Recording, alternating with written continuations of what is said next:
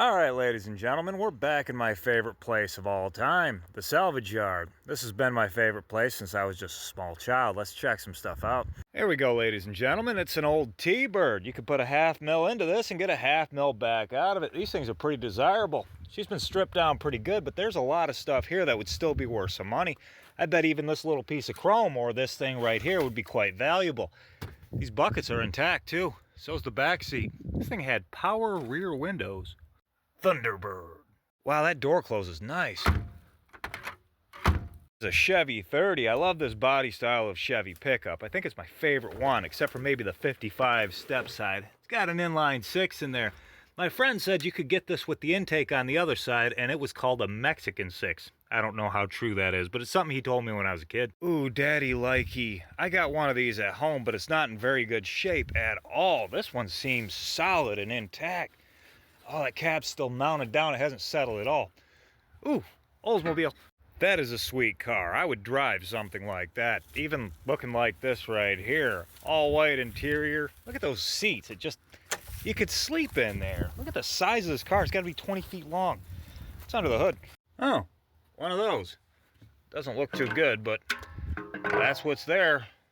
Ooh, you know, whoever did this either remembers it or he is no more. Look at this pinstriping, and it says, running on empty. It's got this on the back of it, too. Running wild. Somebody must have really liked the song Running on Empty. My heart literally shatters every time I walk by this old GMC. That just hurts to see. Why doesn't somebody with money just love it? Just take it home and do something with it. Anything. Is that a Tech 4S10 over there? Let's go get a look at that little beater. Somebody put a Jeep Cherokee grill on there. But that is exactly it. It's a little 2.5 liter Tech 4 with a 5-speed. I used to have this exact truck and I loved it. It got like infinite gas mileage, but it really didn't matter because gas was so cheap back then. My door handle was broken the same way too. You had to tip it sideways like this and pull up on it like that to get it to open. Same 5-speed. Got what I came for. I needed the shifter arm out of this old Ranger right here, parked right next to a Buick 8 that somebody hacked all the crap. I did a video one time standing right here where I pointed out those 3 Chevy trucks, but I didn't mention that Ford bump side right there, and I got a bunch of mean comments in the comment section. Well, look at all the bees inside of that. Let's go check them out. Oh, wow, there are so many bees inside of that truck. A lot. That went not the way I was hoping. What split-windowed beauty do we have right here with 4 little windows on the side? Looks like a Pontiac, I think. I hate to see people give up on cars like this. I would have done something with it, even if it meant putting the wrong engine in it and just using it as some sort of a hot rod. It didn't have to be perfect, but it should have been saved.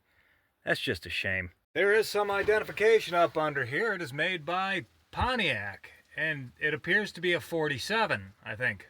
I mean, why give up on it? It's got wheels under it, a rear end and a steering wheel. Just drop an old small block Chevy in there and just drive it around. Do something. Same with this old Buick 8. I mean, that engine's there. I'm sure it's not locked up. I bet it runs. A person could be driving this car.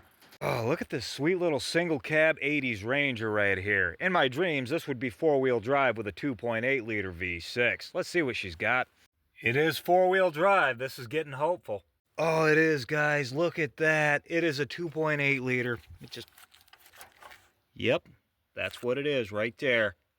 Oh, what do you think, guys? Smash or pass? I'll give you a hint. I'm indecently stimulated, and I'm happy I wore a belt. Now that's just a dagger through the heart. What's that over there? Is that a Jeep flatbed? Ladies and gentlemen, I believe we've found the biggest Comanche I've ever seen in my life. Look at that thing. Automatic, probably a 4-liter. Oh, those seats. Man, I just stepped back into the 90s. Those were good times. See what's under the hood. It's only gone 132,000 miles. She's still got life in her, boys. Bring her back. Never mind, ladies and gentlemen. That's a 2.5 liter 4-cylinder engine in there. That is a 2.5 liter too. Right there. And it's in an old flatbed. Let's see what year this is.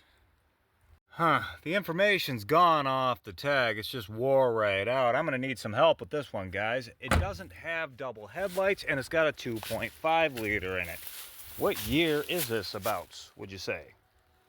Had to come back to this T-Bird and make sure I laid these seats down just to help keep the sun off from the cushions a little bit. Somebody in the future will appreciate me doing that, I'm sure. One last look at the T-Bird.